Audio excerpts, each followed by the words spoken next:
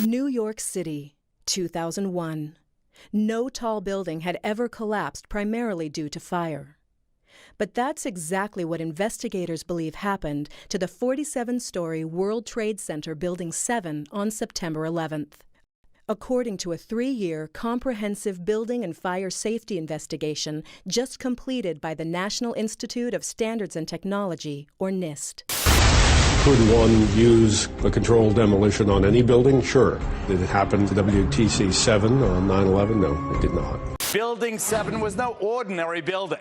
Among other key tenants, including several intelligence and law enforcement agencies, it also housed New York City's Emergency Operations Center. Have you had anybody come up to you and say Building 7? Have you had Building 7? No, oh, no. Walk around. Yeah. Be on television a little more. You'll get the Building 7 guys. Let us never tolerate outrageous conspiracy theories concerning the attacks of September the 11th.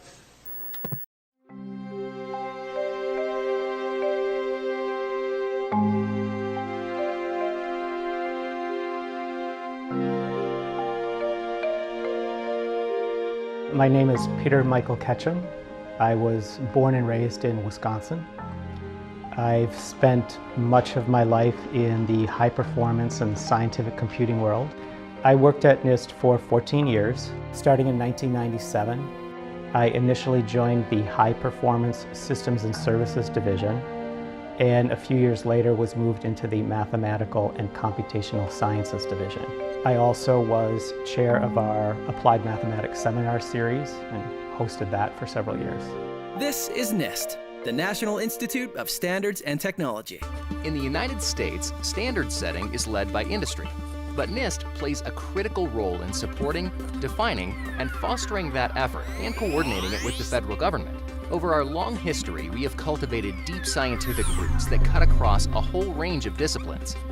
NIST was given the task of investigating the World Trade Center collapses that of course happened on 9/11. Ranking Member Hall and members of the committee, thank you for this opportunity to testify on NIST's role in the investigation into the collapse of the World Trade Center Towers.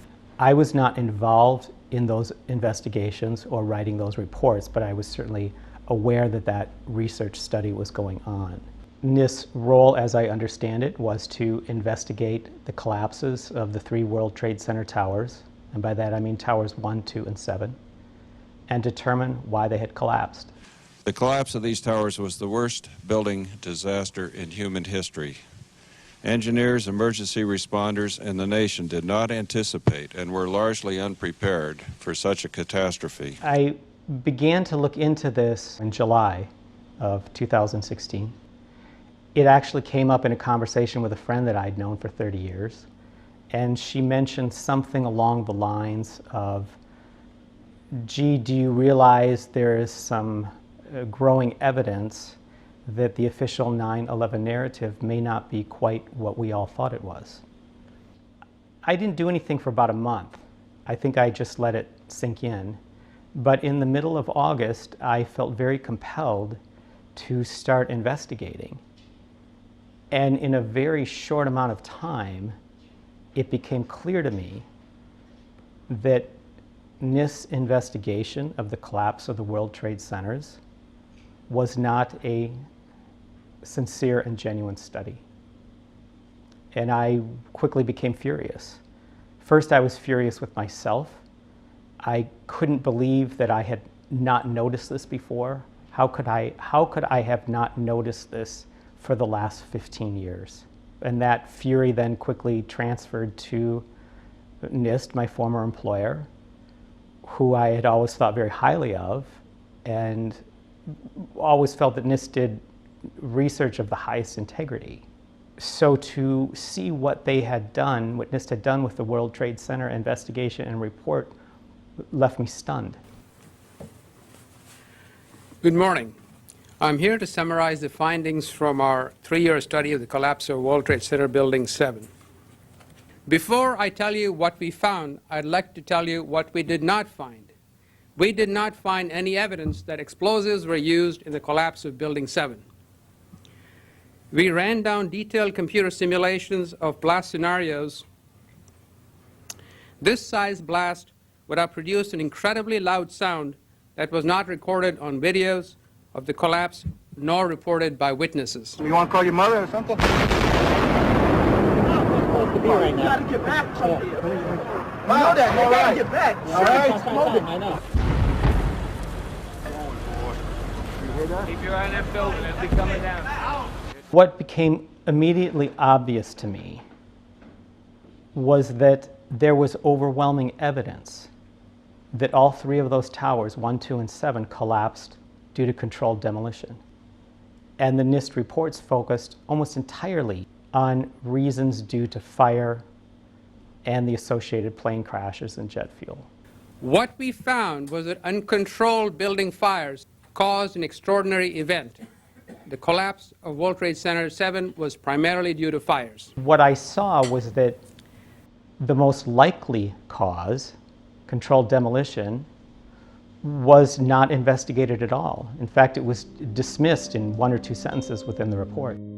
For the third time today, it's reminiscent of those pictures we've all seen too much on television before, when a building was deliberately destroyed by well-placed dynamite to knock it down. I turned in time to see what looked like a skyscraper implosion. It looked like it had been done by a demolition crew. The whole thing just collapsing down on itself.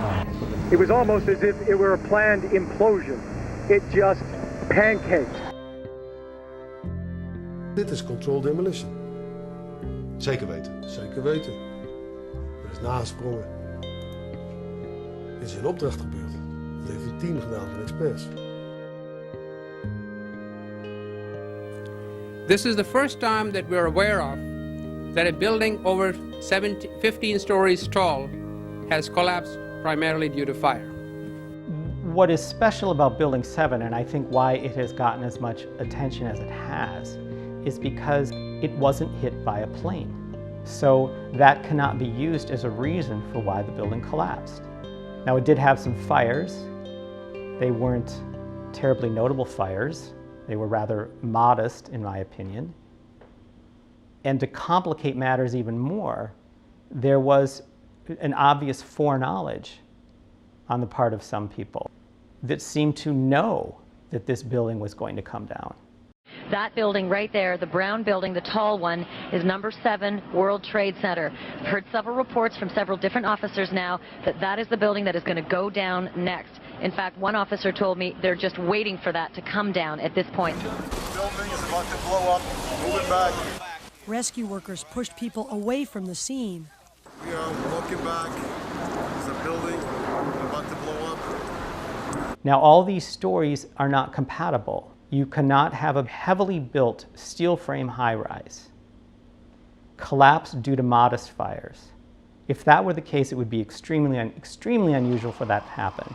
So unusual that you could not possibly predict when or if it was going to happen. At the same time, you have people more or less waiting for it to come down, and in some cases, they had reported it had collapsed before it actually did. We are getting information now that one of the other buildings, Building 7 in the World Trade Center complex, is on fire and has either collapsed or is collapsing. We've got some news just coming in, actually, that the Salomon Brothers building in New York, right in the heart of Manhattan, has also collapsed. There were very few people in the Salomon building when it collapsed. I mean, there were, I suppose, fears of possible further collapses around the area. That's what you would hope, because this whole downtown area behind me has been completely sealed off and evacuated, apart from the emergency workers. That was done by the mayor, Rudy Giuliani. The point is, that building is heavily built. There would be no reason to expect it to come down. Can you confirm it was number 7 that just went in? Yes, sir. And you guys knew this was coming all day? We had heard reports that the building was unstable and that it eventually would either come down on its own or it would be taken down. We knew from the beginning of our study that understanding what happened to Building 7 on 9/11 would be difficult. It did not fit any textbook example that you could readily point to and say, yes, that's why the buildings fell. I believe there is a quote at one point that the NIST investigators said something along the lines they were having trouble getting a handle on why Building 7 had collapsed. NIST is extremely competent. So to have NIST be baffled by the collapse of a building that had only modest fires and exhibits every characteristic of controlled demolition, if they say they were coming up empty-handed and couldn't figure it out, that's not believable. NIST put forward a model for the collapse of Building 7 that appears to me that they were grabbing at straws. Our study has identified thermal expansion as a new phenomenon that can cause the collapse of a structure. For the first time, we have shown that fire can induce a progressive collapse. Now, when I was a kid, and many people today are probably too young for this, but there was a cartoonist called Rube Goldberg. He drew cartoons of these machines that did a very simple thing in an incredibly complex way. And it was meant to be humorous. How does this door opener upper really work? You see, waiter places cat B on pile of dirty dishes A. Now cat B sees mouse C. Of course, this is a stuffed mouse because he must be used for the next waiter. It was meant to spoof the aspect of human nature that sometimes makes things far more complicated than they need to be. And these were called Rube Goldberg machines or Rube Goldberg devices. And sets off bomb G, opening door H very gently. The explanation that is given by NIST for the collapse of Building 7 sounds like a Rube Goldberg device. You could have beams that are here that are restrained from expanding, prevented from expanding because of this column here, for example, and that can buckle. And you see an example of a buckled beam right here. One column slides off of its seat on a few particular floors, and within a matter of moments, there is some chain reaction, like a set of dominoes, that brings the building entirely down. It is possible that you could have a local failure as a result of a connection failing. But the likelihood of that failure dragging the entire building in such a fashion that all the columns would fail at the same time is an impossibility. Impossibility? Yes. And you can see on the screen the column at the very right is column 79. And that's the column that first buckles, causing the floors to come down, followed by a quick succession of failures of adjoining columns. Steel frame buildings don't do that. That doesn't happen. It's just fantasy land. Here's our structural model showing the building collapsing, which matches quite well with the video of the event.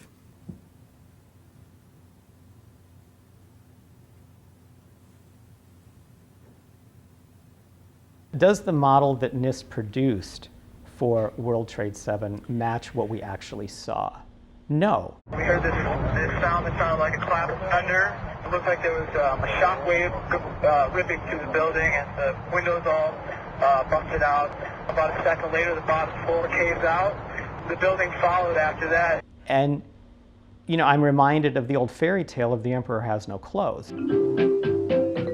Everyone is watching the emperor go by and is being brainwashed to believe that the emperor has a beautiful set of clothes on when actually he's wearing nothing but underwear. The emperor has no clothes on! Now, what we see in the NIST model, first they only play the first few seconds of it. We only see a little bit of the building beginning to collapse. It is extremely atypical to build a computer model and create an animation of that model and to show only the first part of it. Why not follow through to the end? Where's the end? And what we do see doesn't match what we saw in reality.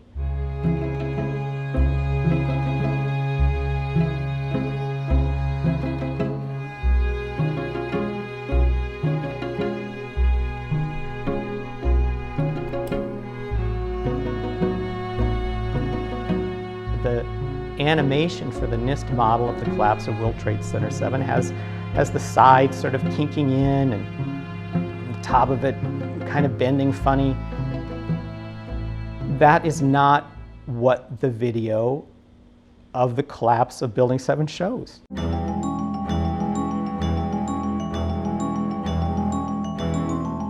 Building 7 came down almost straight down.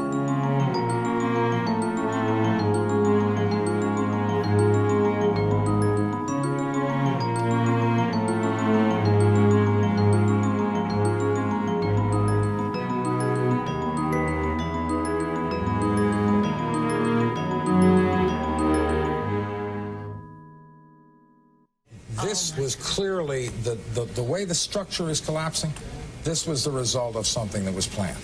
This is not, it's not accidental that the first tower just happened to collapse and then the second tower just happened to collapse in exactly the same way. How they accomplished this, we don't know. One of the things I noticed in NIST investigation and reports is this fixation on collapse initiation, as if all that was required was to investigate up until the point that the collapses initiate. No, there's a lot more to the story than that.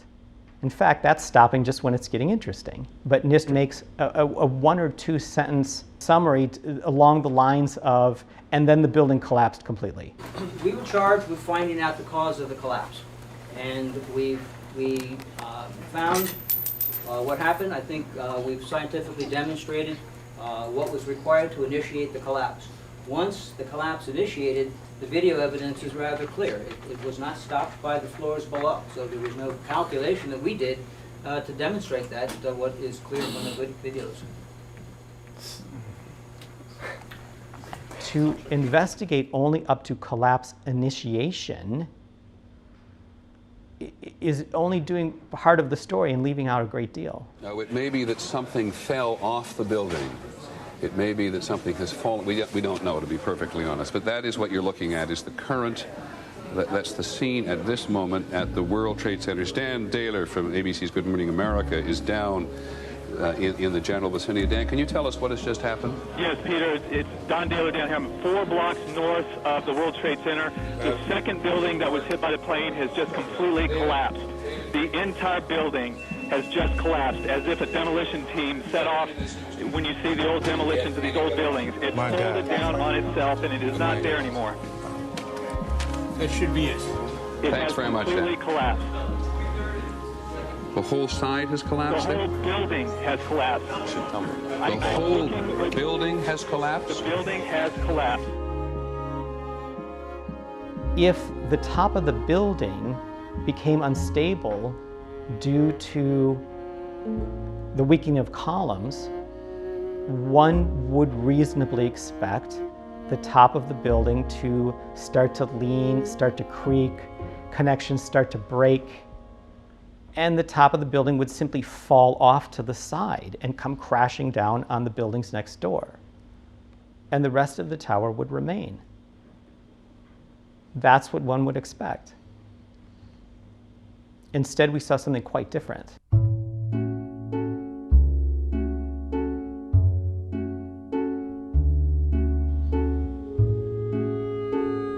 It is not reasonable to think that the weakening of some columns near the impact zone could somehow lead to an entire building collapsing entirely down on itself, symmetrically into its own footprint,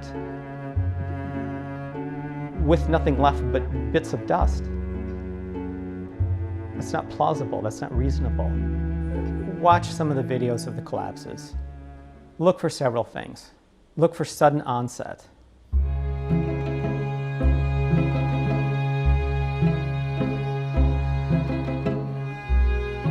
When the collapses start, they happen very fast and they complete within 10, 11, 12 seconds. Second, look at the symmetry. These buildings come straight down, or almost straight down.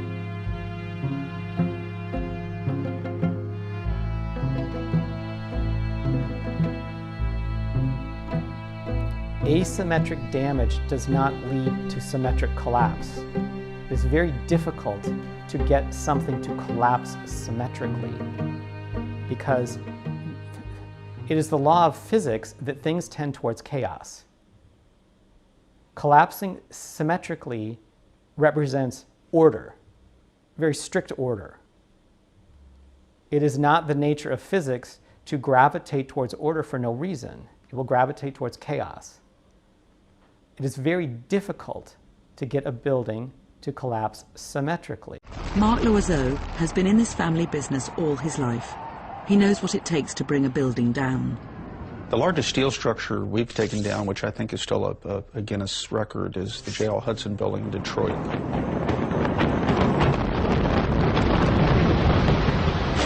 It took months to design it. It took months to prepare the structure for the placement of the explosive charges. Months.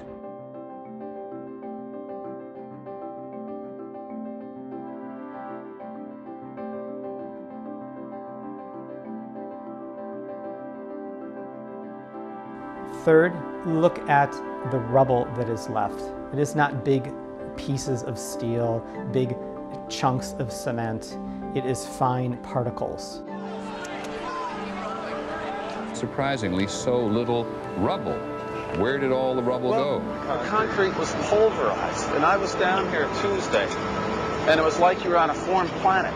All of Lower Manhattan, not just this site, from river to river, there was dust powder 2-3 inches thick. The concrete was just pulverized. You have 2 110-story office buildings.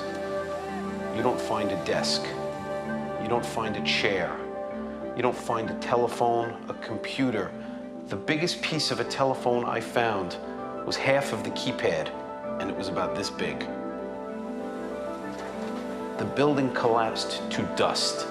And they might also look at those videos to see the explosive nature of those collapses.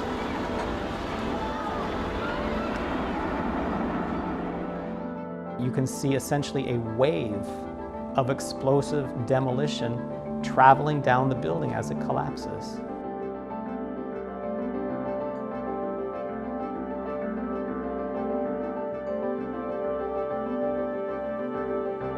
Explosions coming out of windows.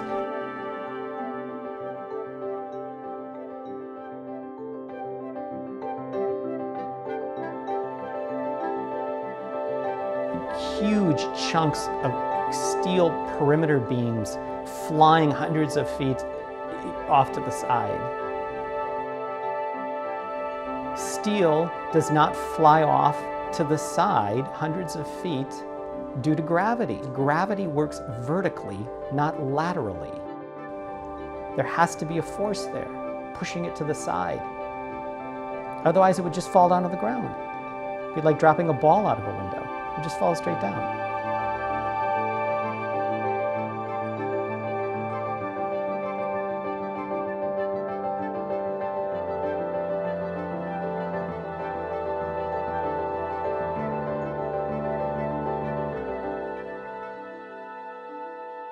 Why did NIST issue a report that seems to do everything it can to avoid investigating the most likely cause, in this case being controlled demolition?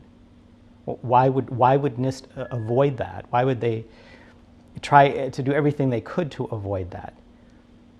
The only thing I can do is make some guesses, and I emphasize the word guess.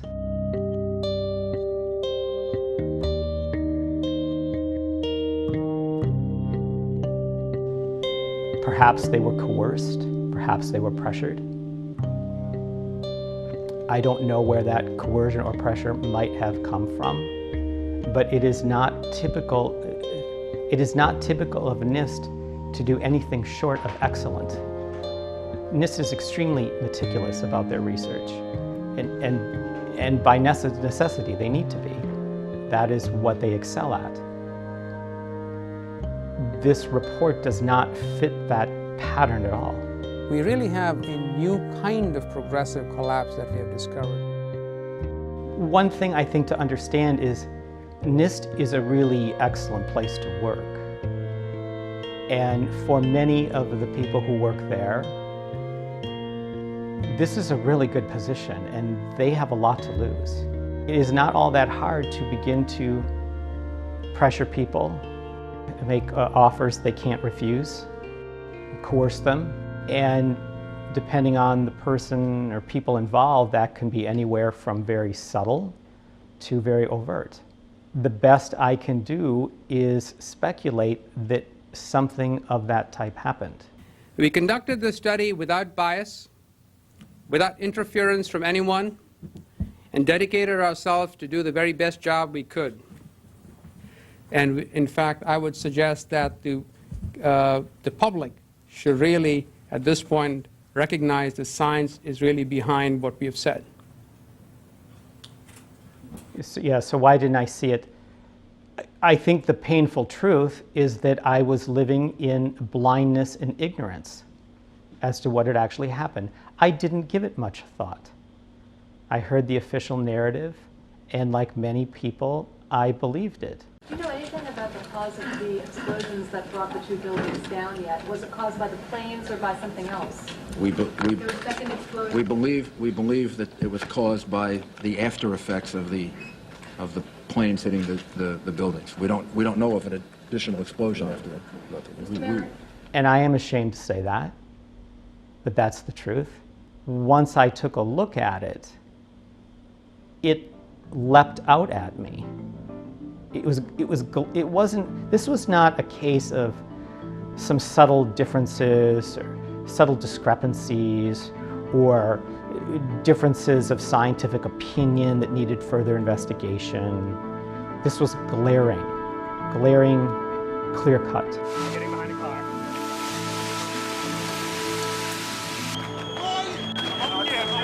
Don't have oxygen.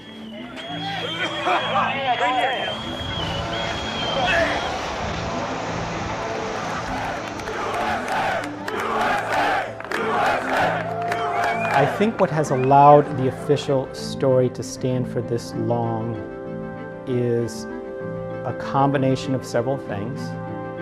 One is complacency. Another one is fear. And the third is ignorance. There are probably many people that just have not looked at it, don't understand it. They just simply are not aware. In other cases, it's complacency. They have a sense of what might be going on, but they're maybe not too interested in putting the effort into finding out.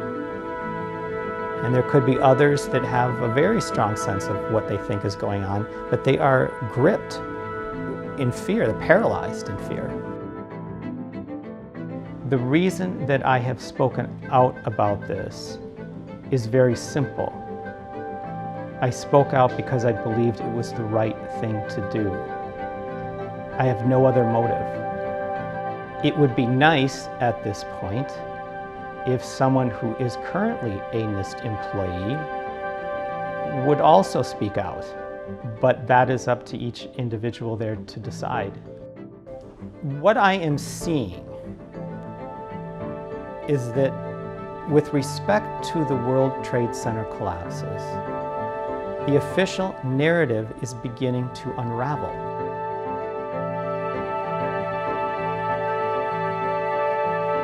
I think there is a good chance that that unraveling will continue and perhaps accelerate. But it could be highly volatile. If it does continue to unravel, I think there could be some very painful revelations that will be very hard for our country to accept. Our war on terror begins with Al-Qaeda, but it does not end there.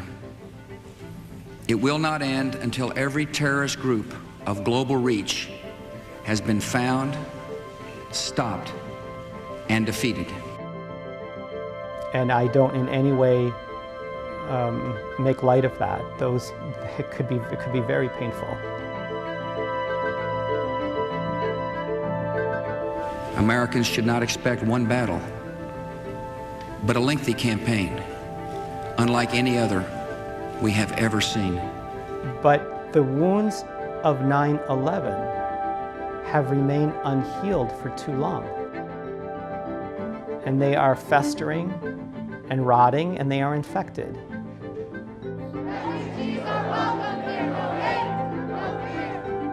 when you have a wound on the body, one of the first things you do is you wash it out with hot soapy water. And then you bandage it up. And yeah, it hurts. It hurts while you're washing it. It stings. It's a sharp pain, but you get the bandage on and the pain starts to die down, and a few hours pass, it's down to just a soreness. My point is that truth is the hot, sudsy water with which we wash out the wounds of 9/11 so that they can begin true healing.